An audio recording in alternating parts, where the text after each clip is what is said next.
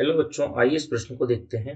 निम्नलिखित में से कौन ऑक्सीकारक पदार्थ की भांति कार्य करता है? HNO3, FeCl3, Cl या ये सभी? तो सबसे पहले यदि हम देखें तो प्रश्न की जो मुख्य अवधारणा है वो ये है कि ऑक्सीकारक पदार्थ जो है हमें पता लगाना है।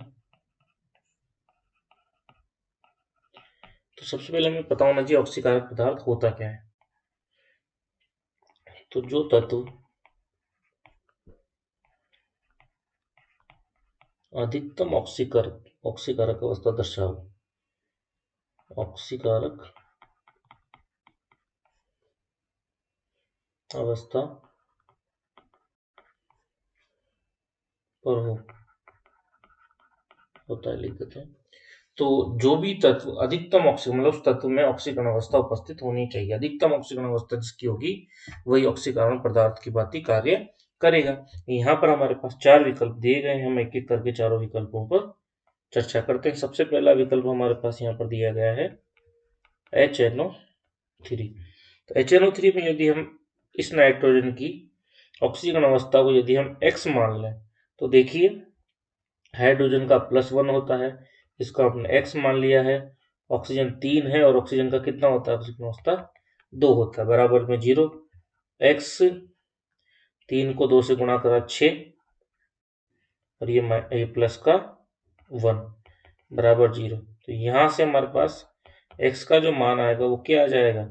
ये 6 उधर गया, प्लस का 6 और एक माइनस का गया, तो ये X की वैल्यू यहाँ पर हमारे पास कितनी आ गई? 5। तो यहाँ पर जो है N की ऑक्सीकरण संख्या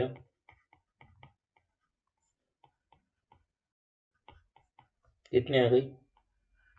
5 है। इस जगह पर N की ऑक्सीकरण संख्या कितनी है? 5 है। तो अधिकतम ऑक्सीकरण संख्या यहाँ पर है, तो अधिकतम, तो ये क्या होगा? ऑक्सीकारक होगा। तो ये हमारा सही विकल्प हो सकता है। अब हम हमारे अन्य विकल्पों पर भी चर्चा करते हैं। दूसरा विकल्प में दिया गया FeCl3। दूसरा विकल्प में दिया है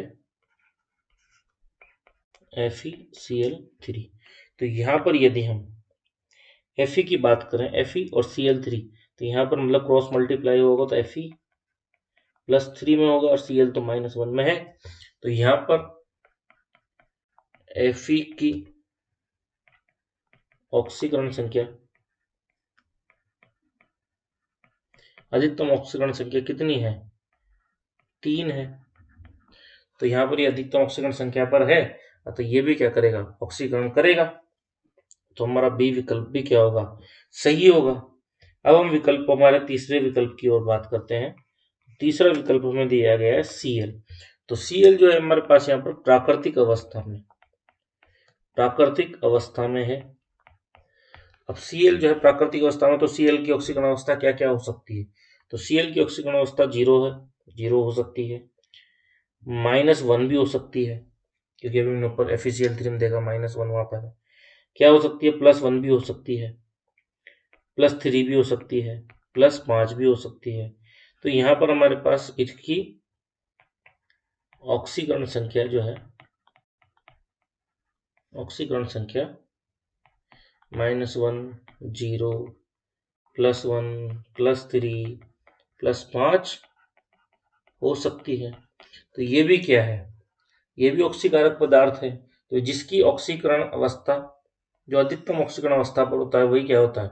ऑक्सीकारक पदार्थ होता है। तो सभी तो ऑक्सीकारक हैं, ये भी ऑक्सीकारक है, ये भी ऑक्सीकारक है और ये भी क्या है? ऑक्सीकारक